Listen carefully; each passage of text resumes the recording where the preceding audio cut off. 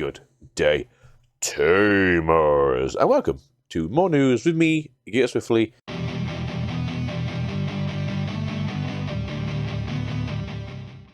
Because my thoughts are flatlining, and regurgitating information is pretty easy for most people. Are you all okay? It's the end of my working week, so the next video you should have from me will be a little bit more energetic, a little bit more reasonable, and lots more rambling than the opening segue. As per usual, YouTube things. If you're new here, please subscribe. Helps the channel great. We can grow. We can get out there. We can poke people in the eye. We can annoy them. I like doing it. Like the videos if you find them if you find them useful. If you find it entertaining. If you find my bald head amazing, because it's pretty bald. Not right now. It's growing back again, but it'll be bald next time. I promise. And leave a comment if you've got anything to discuss.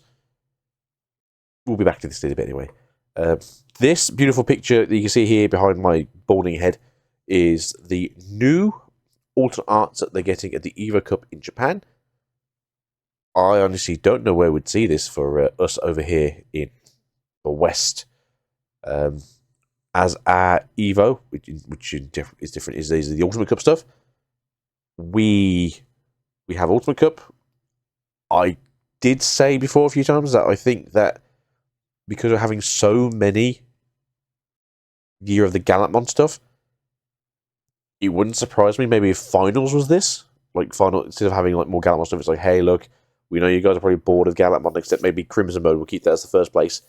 But you got participation, you got maybe like top 64, top 124, and then you can maybe have top 8 or top 16 or whatever, somewhere in between. It'd be quite interesting. The art here is really, really good. And the reason I like this so much is it's BT11 Coromon, which is the first cool Coromon we had for a while. I don't really necessarily think it plays too well into any of the current synergies that any of the decks actually do. I think a lot of people do still prefer either BT9 rather, or BT5 for a draw or for more DP. I think people do prefer those. What I do like about this is it's the virus style of Metal Greymon. So, as you can see here, Baby 1, Coromon, into Metal Greymon virus mode, or virus version. In the second picture, we have all of the 5 Digimon that become Machinedramon. So, for those who can't see, we have Megadron in the background, we have Metal Tranomon, we have Metal Mamimon, we have Metal Greymon, and we have Andromon over here in the foreground. Japan, I don't know what it is with Bandai. They love their Machinedramon references, and I also love the fact that they put so much effort into Machinedramon references, and I just love seeing some of this. I think right now, you only really play this card in Machinedramon because you play the BT12 Metal Greymon over anything else, which makes more sense because obviously it's meant to be with Raid. Raid, you obviously punch into something, you have piercing, so poke, do things. And then we have the coolest dude around, the BT8 Black War Greymon. I was trying to figure out what's going on in the background. I thought the angel figure might have been Beelzemon, but I think it might just be an Angemon of some variety. And I can't tell what the symbol is on the arm next to Black War Greymon. Obviously, you can't see me pointing, but on the left of Metal, so it's our right hand side. I was wondering, is that meant to be Minerva or something? I'm not really too sure. And then there's other bits and bobs down here. There's a sword handle here or an axe handle. Feathers everywhere. So I don't know if it is meant to be a reference to like Magna or Seraphi. As Black War Greymon turned up in 02, I think. I really don't know too much about Black War Greymon's history or origin. I just remember it turning up at some point in one of the shows. But no, cool new promos. I look forward to us actually getting these and then being textured and then being fantastic. And maybe people will play the Coromon because the Coromon's cool. And Metal Greymon players get to max rarity their decks even more so with this cool Metal Greymon. Although we do have that really cool Metal Greymon that pops out of the Tamagotchi, which is really cool, to be fair. Next, we're going to go actually have a look at some of the cool things that came out this week. And yesterday, I didn't do this. Oh, I have to shrink this down a bit. It's very big. Very, very big. There you go. Are you normal size now? Yeah, you're normal size for you guys. Goblinmon. Maybe cells. Heritage effect. Your turn once per turn. When a card is trashed from your hand by an effect, gain a memory. This, as well as Ogremon, have the gain a memory in the inherited. I've got a very funny feeling that if we do get a Titamon from this set, essentially you'll be digivolving it either for a cost of 1 or a cost of 0, depending on what the ultimate inherited effect is. I thought that's pretty good. Then we have the coolest mollusk around. I don't really think they're a mollusk. I think they're a squid. Or whatever the correct... It could be mollusk, actually. I'm terrible with fish names. We have ourselves the Gisamon. And when attacking, trash one Digivolution card from under one of your opponent's Digimon. Then return one opponent's level 5 or lower Digimon with no Digivolution cards to the hand. I think this is really, really cool. Personally speaking. I can see this going in the Aqua deck. I can see it being used as a form of removal. You're constantly stripping source anyway. Your opponent's got level 5 on the field. You either get this out for 2, swing, remove it from play, or it's in your stack. You play, level 7 goes down, Digivolve into level 7, it lets you remove a source, throw it on the field. Hey, I'm going to swing. Against Rush, maybe? I don't know. I have to look at the deck a bit more. If you can swing it out. And yeah, removal is really good, especially if on a level 4. At the same time, if you're trashing a Digivolution card from under any of your opponent's Digimon, and then you just remove a level 5 anyway, and then you still get to swing, you're stripping sources, you're removing a body, and then you could also take it out of security. I mean, that's pretty darn good, if you ask me. Shellmon, who's the coolest pink dude around, has evade, just like the Shell guy from a couple days ago. My mate, is it Siakamon? So, this is the evolution of Siakamon, makes sense. Yeah, evade. I still like having evade on things that don't need to have a arena in play or whatever, or a source activated to do it. And in a deck like this, where, hey, you are going to be pooping out bodies. Hey, you want to like spread the board out. You want to get them around for a turn. Evade is perfect, and it makes sense. And especially if they're in the ocean, you got to take a swing at them. They're obviously agile in the ocean. Swing and evade. Really good. I think this is a really cool card, and I think this subplot of evade is really good. I want to see the level 5 now and see if the level 5 is good. I'm presuming it's going to be like a Siegramon, but it could be something different. Moving along to our promos. So, as you may have noticed the other day, we did get promo action from the Metal Treadamon Visionary thing, as well as the Diabomon. We'll go for the Diabomon again. First, you don't know, it's just basically on Digivolving or on play. Produce tokens, and then when a token's produced, pop things, and for every token, you can play cost is increased by 2, I think it is. That's what it is. Very cool card, very interesting in that deck. To be fair, Diabomon as a token creating deck is really cool, and hopefully, if not in this set, maybe the next set we do get some more support in terms of its evolutions, or maybe the X antibody side. I think it'll be really interesting to see what they actually want to do with it. But for Shadramon, the armor form of Wormon for the Crest of Courage, Egg of Courage, Digimental of Courage. Armor form free Insectoid, being a free form, means it can be searched for from a lot of your actual searches from the normal side of things. Digivolving, you may play one Vmon or one Wormon from your trash suspended without paying the cost. The cool thing about this is, if it's your turn and you can Digivolve for the cost of 2, and you can play a Vmon or a Wormon, whatever you need to play, and you can search again, get out the thing that you need, play the other armor forms, and then the armor form goes down, it can then let you DNA Digivolve. I mean, at the end of the turn, you do it anyway. So you DNA Digivolve into those together, and because you DNA Digivolve, you can then bring out the other thing, and then it's the end of turn, so now you get to go whoop up into your Mega, and you go crazy. You know what you do, you go crazy. It's really good. I think it's going to be really good for the deck. Is it a bit too late? Maybe, maybe not. But the idea is there, and this is kind of how DNA decks should work. Some are going to be a bit too more broken in case of anything else happening, but I do like this. I do think it's going to make the price of Imperiumon Fighter Mode Ripple version go up. Then we have Nightmon. Nightmon's kind of cool, although you should probably hate it because it's very similar to what Lord Nightmon was doing, and I think a lot of people did get fed up with that deck very quickly. And as soon as we had a meta where as soon as we had a new set come out, like that deck got dropped. Despite being still quite good at that time. Nightmon, Ultimate Data Warrior. He has blocker, makes sense, he's got a big shield.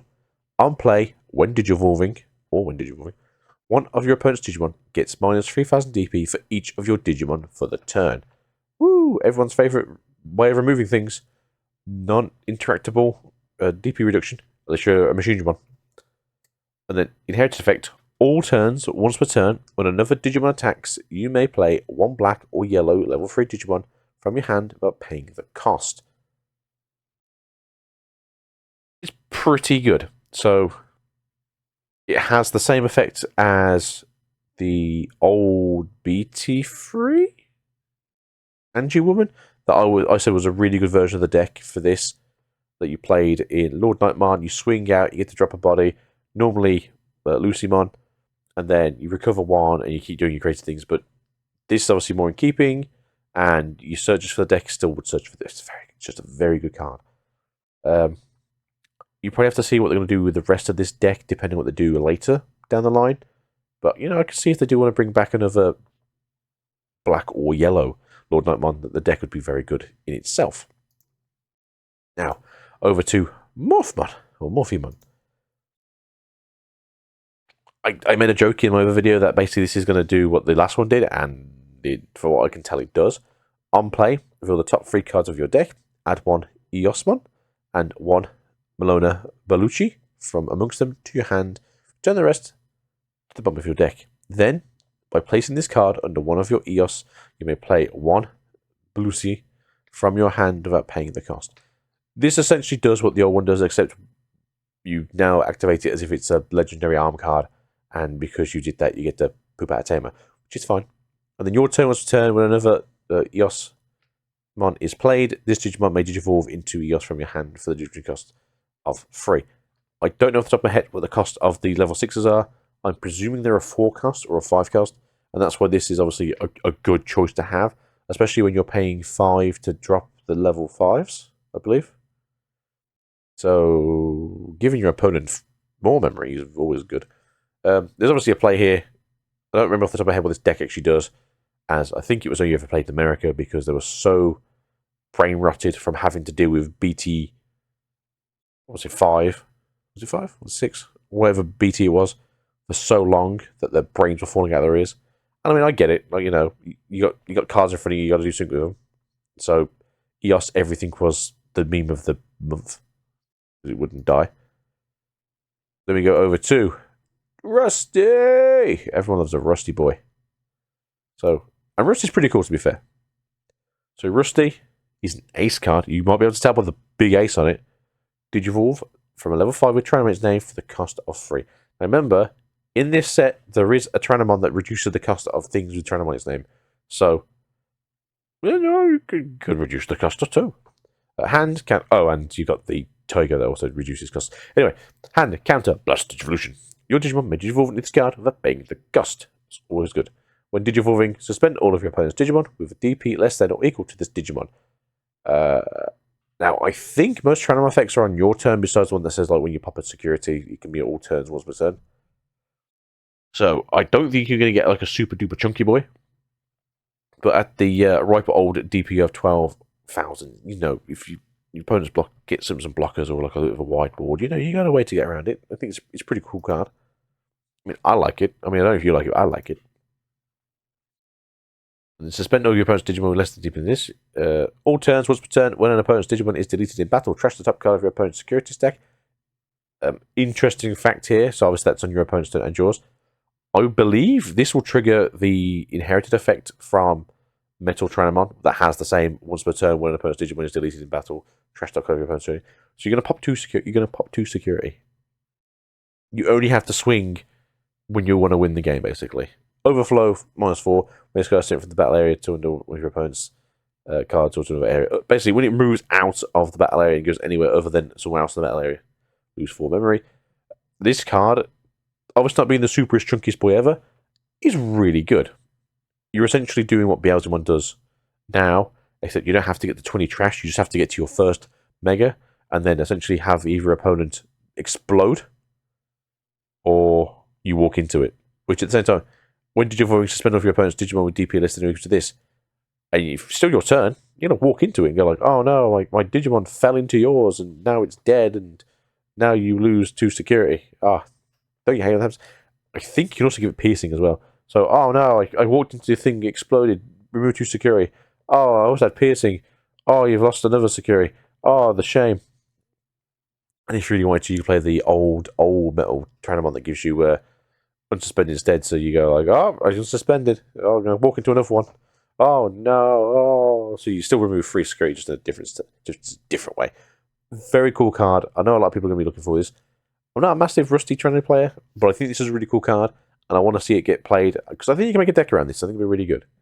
And then I think the last but not least is the handsomely red-eyed Skull Knightmon. This is where it's meant to be. I do apologize for the graphics of this. We will do like an updated one probably in the future when we actually get the cards available. Skull Knightmon, Champion, Virus, Undead, Bagra Army, Twilight. On deletion, you may play 1 Tamer card with Nini or you in its name from your hand or trash without paying the cost. Then, save. It's pretty cool. So if you don't have one on the field, you explode, you get to put a Tamer on the field, and then you get to save, so it's really cool. Your turn, well, this Digimon has a level 5 or higher and has Bagra or Twilight in its traits. This Digimon gains Secure Attack +1. Now that's just a reference to its other Skull Knight card that would give everything above it a +1. If there's any way to get this and the other Skull Knight in traits having +2 Secure Attack is pretty cool. I don't know if it's really that useful, besides maybe a level 6 being a big, or maybe Bagger itself, just being able to slap things up a bit more. But that's the news today, everyone. So hopefully you've had a good time today. Hopefully we'll get some cool news tomorrow, being Friday. Friday's generally a pretty good day for the good stuff. But yeah, having 6 new promos, technically, and bits and drabs from the cool decks, it's pretty cool. Hopefully we do see what's going on more in black, as we have the cool Vade stuff and the Ibby stuff, which is very interesting. Playing Jason the Mind Sculptor in Digimon is very different. So, see you guys soon for more takes from my Brainworks. As you can tell by the slurring, and it's been a long day. It's been a very long week. So yeah, hopefully see you guys tomorrow after a good sleep, and some hydration, and some thoughts that actually turn the gears in my head. So, peace out. Goodbye. Behave yourselves. And least of all, have a good time. Bye-bye.